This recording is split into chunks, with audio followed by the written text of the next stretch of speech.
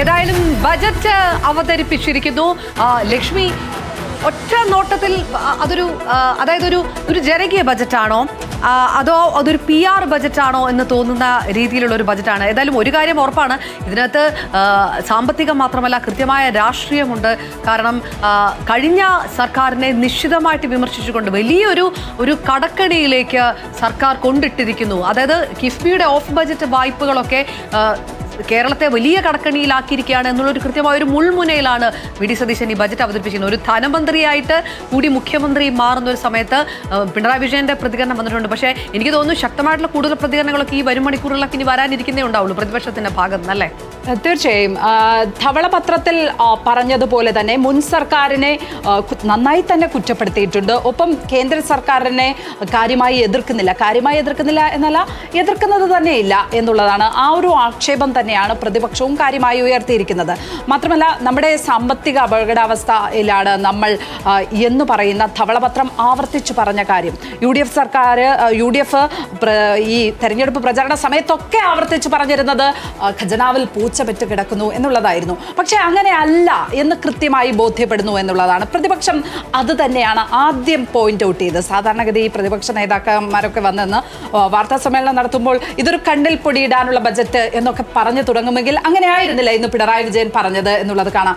അതായത് UDF പറഞ്ഞ രാഷ്ട്രീയ ആരോപണത്തിന്റെ മുനയാണ് ആദ്യം അദ്ദേഹം ഒടിക്കാൻ ശ്രമിച്ചത്. ലക്ഷ്മി, പക്ഷേ നേരത്തെ തന്നെ ഒരു ഗോൾ കയ്യിൽ വെച്ചിട്ടാണ് അടിച്ചിരിക്കുന്നത് വി.ഡി. സതീശൻ. അതായത് നമ്മളിപ്പോൾ നോക്കുന്നുണ്ട്, ഇത് വലിയൊരു പദ്ധതി പറയുമ്പോൾ ഈ പദ്ധതിക്ക് എവിടെ നിന്നാണ് റിസോഴ്സ് എന്നുള്ളൊരു വലിയ ചോദ്യമാണ് പ്രതിപക്ഷം ചോദിക്കുക. എവിടെ നിന്നാണ് നിങ്ങൾക്ക് ഈ റിസോഴ്സ് കൊണ്ടുവരാൻ കഴിയുമെന്ന് ചോദിക്കുമ്പോൾ കിഫ്ബി അല്ലാതെ മറ്റൊരു ഓൾട്ടർനേറ്റീവ് ഇതിനകത്ത് പറയുന്നില്ല. അപ്പോഴും നികുതി കുടിശ്ശികയുടെ വലിയൊരു ഭാരണം സംസ്ഥാനത്തിന്റെ തലയിലുണ്ട്. അതിന് കാരണം 10 വർഷം ഭരിച്ച LDF സർക്കാർ അന്ന് വളരെ വ്യക്തമായിട്ട് പറയുന്നു, കോടിക്കണക്കിന് രൂപയുടെ നികുതി കുടിശ്ശിക കേസുകൾ ഒത്തുതീർപ്പാകാതെ കെട്ടിക്കിടക്കുകയായിരുന്നു എന്നുകൂടി പറയുന്ന ഒരു ബജറ്റാണ്. അതായത് നികുതി പിരിവിൽ LDF സർക്കാർ ഒരു ഉദാസീനത കാണിച്ചു. ആ ഉദാസീനത കേരളത്തെ സാമ്പത്തികമായി തകർത്തു. അത് ഒരു ബജറ്റിൽ പറയുന്നതിനപ്പുറത്തേക്ക് അതൊരു വലിയൊരു അടിയാണ്. എന്ത് വിമർശനവുമായിട്ട് പ്രതിപക്ഷം മുന്നിൽ വന്നാലും, പിണറായി വിജയൻ തൊട്ട് തോമസ് ഐസക് തൊട്ട് KN ബാലഗോപാൽ തൊട്ട് ആര് വന്നാലും എന്തുകൊണ്ട് ഈ ഒരു വലിയ ബാധ്യത കേരളത്തിന്റെ തലയിൽ വന്നു എന്നുള്ളതിന് ഉത്തരം പറഞ്ഞിട്ടേ പ്രതിപക്ഷത്തിന് മറ്റെന്ത് ചോദ്യവും ചോദിക്കാൻ പറ്റൂ. ഈ കന്നി ബജറ്റിനെ സംബന്ധിച്ച് പറയുകയാണെങ്കിൽ അത് ഈ ഒരു വർഷത്തെ വരവ് ചെലവ് കണക്കുകൾക്കപ്പുറത്തേക്ക് 5 കൊല്ലത്തെ വി.ഡി. സതീശൻ സർക്കാർ VDS സർക്കാർ എങ്ങനെ പോകുന്നു എന്നതിന്റെ നയരേഖ കൂടിയായി കാണണം. അതിന്റെ ഒരു ബ്ലൂ പ്രിന്റ് ആയി കൂടി നമ്മൾ ഇതിനെ കാണാം.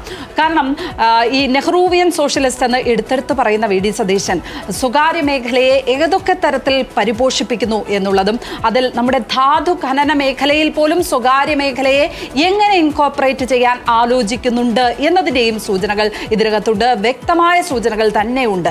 അത് നമ്മുടെ ഈ സമുദ്ര പ്രോജക്റ്റിലാണെങ്കിലും ഒക്കെ നമുക്ക് അത് പ്രകടമാണ്.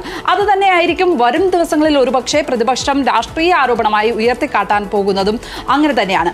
മറ്റൊരു കാര്യം, ഈ പ്രകടന പത്രികയിൽ പറഞ്ഞിട്ടുള്ള ഇന്ദിരാ ഗ്യാരണ്ടികൾ അതിലേക്കായി കൂടുതൽ ശ്രദ്ധ വച്ചിട്ടുണ്ട് എന്ന് തോന്നുന്നു. അപ്പോഴും അത് പൂർണ്ണമായും നടപ്പാക്കുന്നതിലേക്കല്ല പോയിരിക്കുന്നത് എന്നും വ്യക്തമാകുന്നു. ഈ ഇൻഷുറൻസ് പദ്ധതിയിലടക്കം 25 ലക്ഷം രൂപയുടെ ഇൻഷുറൻസ് എന്ന് പറയുമ്പോൾ അത് വലിയൊരു തുക തന്നെ വേണം. പക്ഷേ അത് യാഥാർത്ഥ്യവുമായി പൊരുത്തപ്പെടുന്ന തുകയല്ല അതിലേക്ക് മാറ്റിവെച്ചിരിക്കുന്നത് എന്നുള്ളത്. 10 കോടിയാണ്. 10 കോടിക്ക് എങ്ങനെയാണ് ഇത് നടപ്പ്? അങ്ങനെ 60 കോടിയാണ് ടോട്ടൽ പറഞ്ഞിരിക്കുന്നത്. 10 കോടി ഒരു ഇനിഷ്യൽ ഫണ്ട്. അതായത് ഇതില് ഈ പല പദ്ധതികളും അത് വളരെ ജനകീയമാണെന്ന് തോന്നുന്ന ചില പദ്ധതികൾക്ക് വേണ്ടിയിട്ട് മാറ്റിവെച്ചിരിക്കുന്ന തുക ഒരു ആശയക്കുഴപ്പം ഉണ്ടാക്കുന്നുണ്ട്. അതായത് നമുക്കറിയാം, ഈ പ്രളയകാലവുമായി ബന്ധപ്പെട്ടൊക്കെ പരിസ്ഥിതി സംരക്ഷണവുമായി ബന്ധപ്പെട്ടുകൊണ്ട് വേണം കേരളത്തിന്റെ എല്ലാ കാര്യങ്ങളും മുന്നോട്ട് പോകേണ്ടത് എന്ന് ആവർത്തിച്ച് പറയുകയും അത് LDF സർക്കാരിനോട് പറയുകയും ചെയ്ത പ്രതിപക്ഷമായിരുന്നു UDF.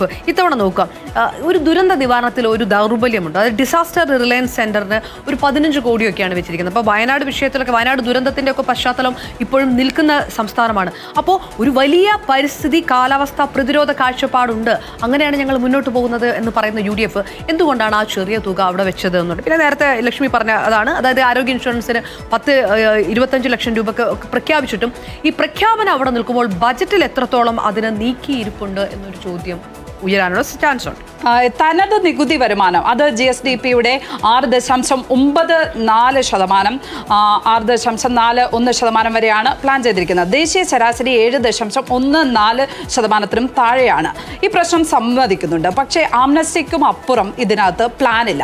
യുവജനങ്ങളുടെ പ്രശ്നം പറയുകയാണെങ്കിൽ അവരുടെ യുവജന കുടിയേറ്റ ആശങ്കകളൊക്കെ കുറിച്ച് ഈ ആശങ്കകളൊക്കെ ബജറ്റ് അഡ്രസ് ചെയ്യുന്നുണ്ട്. പക്ഷേ അത്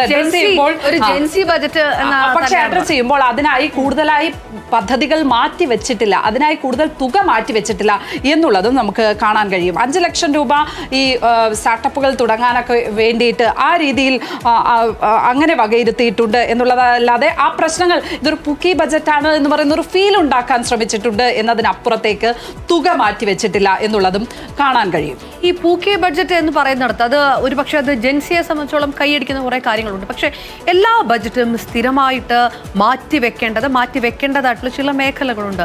ആ മേഖലകളെ തഴഞ്ഞതാണോ അതോ അത് ഇനിയൊരു മറ്റൊരു ഘട്ടത്തിലേക്ക് മാറ്റിവെച്ചിരിക്കുന്നതാണോ എന്നൊരു ചോദ്യമായിരിക്കും പ്രതിപക്ഷത്തിൻ്റെ ഭാഗത്ത് നിന്ന്. അതിൽ പ്രധാനപ്പെട്ട കാര്യം കയർ മേഖലയ്ക്ക് വേണ്ടി എന്താണ് ചെയ്തിരിക്കുന്നത്, കശുവണ്ടി മേഖലയ്ക്ക് വേണ്ടി എന്താണ് ചെയ്തിരിക്കുന്നത്, നെയ്ത്ത് തുടങ്ങിയ അത് പരമ്പരാഗത മേഖലകളെ എടുത്ത് പറയുന്ന അങ്ങനെ ഒരു സർക്കാർ ഒരു പാരമ്പര്യം നമുക്ക് ഈ എല്ലാ കാലത്തും ബഡ്ജറ്റുകളുണ്ട്. അത് ഈ 3 മേഖലകളെ ഒഴിവാക്കിയിരിക്കുന്നു. തീരദേശത്തെ ജീവനോപാധികളുണ്ട്, അതും ഒഴിവാക്കിയിരിക്കുന്നു. വളരെ ഗ്ലാമർ പദ്ധതികളുടെ ഒരു ഘോഷയാത്ര ഇത്തവണത്തെ ബജറ്റിനകത്തുണ്ട്. പക്ഷേ ഈ പ്രധാനപ്പെട്ട കാര്യങ്ങളൊക്കെ മറന്നു പോവുകയാണോ എന്നുള്ളൊരു കാര്യമാണുള്ളത്. അപ്പോഴും പറഞ്ഞ വൻകിട പദ്ധതികൾ നമുക്കതിൽ കാണാൻ കഴിയുന്നില്ല എന്നുള്ളത് ശ്രദ്ധേയമാണ്. ഈ നേരത്തെ പറഞ്ഞ പോലെ നെഹ്റുവിയൻ സോഷ്യലിസ്റ്റ് എന്ന് പറയുന്ന VD സതീശൻ പ്രധാനമായും ചെയ്തിരിക്കുന്നത് വൻകിട കമ്പനികൾക്കായിട്ടുള്ള ഒരു ഫെസിലിറ്റേറ്ററായി സർക്കാരിനെ കാണുന്ന തരത്തിലുള്ള ഒരു ബജറ്റാണ്. അതായത് ആ നിക്ഷേപങ്ങൾ, സ്വകാര്യ നിക്ഷേപങ്ങൾ, വൻതോതിലുള്ള കോർപ്പറേറ്റുകളെ ആകർഷിക്കുന്നതിനുള്ള ഒരു വഴിയൊരുക്കൽ നമുക്ക് കാണാൻ കഴിയും. അപ്പോഴും സർക്കാരിൻ്റെ ഭാഗത്ത് നിന്ന് വൻകിട പദ്ധതികൾ ഇല്ല. അപ്പോൾ ഈ പറച്ചിലിൽ മാത്രമാണ് നെഹ്റുവിയൻ സോഷ്യലിസ്റ്റ് എന്നുകൂടി ഈ ബജറ്റ് നമുക്ക് കാണിച്ചു തരുന്നുണ്ട്. അതോടൊപ്പം തന്നെ ലക്ഷ്മി എടുത്തു പറയുമ്പോൾ നമ്മൾ ഓരോരോ പോയിന്റായിട്ട് എടുത്തു പറയുകയാണ്. അതായത് വലിയ പദ്ധതികൾ വലിയ സർക്കാരിൻ്റെ മനസ്സിൽ, അതായത് പ്രതിപക്ഷമായിരുന്ന കാലത്ത് വലിയ പ്രതീക്ഷയുണ്ടായിട്ട് മുൻവെച്ച ചില കാര്യങ്ങളുണ്ട്. അത് സർക്കാരായി വരുമ്പോൾ പ്രഖ്യാപനങ്ങൾ അങ്ങനെ തന്നെ നിൽക്കുന്നു. നേരത്തെ പറഞ്ഞ പോലെ വിഹിതം കുറയുകയാണ്. ആരോഗ്യ മേഖലയുടെ ഒരു വിഹിതം, ആരോഗ്യ മേഖലയിലെ വലിയ പ്രതിസന്ധി, അത് UDF പ്രതിപക്ഷത്തായിരുന്ന സമയത്ത് ഏറ്റവും കൂടുതൽ LDF-നെ വിമർശിച്ചത് ആരോഗ്യ മേഖലയുമായി ബന്ധപ്പെട്ടാണ്. ഇത്തവണ നോക്കൂ, മെഡിക്കൽ ടൂറിസത്തിന് ഹെൽത്ത് സിറ്റി 100 കോടിയാണ് പ്രഖ്യാപിച്ചിരിക്കുന്നത്. പക്ഷേ പൊതുജനാരോഗ്യ മേഖലയ്ക്കുള്ള വിഹിതം മാറ്റിവെച്ചിരിക്കുന്നത് 20,076.02 കോടി മാത്രമാണ്.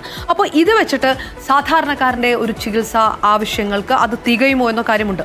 തദ്ദേശ സ്ഥാപനങ്ങളുടെ ഫണ്ട് കൊടുക്കണം. അതിനകത്ത് ധനകാര്യ കമ്മീഷൻ ശുപാർശ പ്രകാരം ഒരു തദ്ദേശ സ്ഥാപനങ്ങൾ കൊടുക്കുന്ന ഫണ്ടുണ്ട്.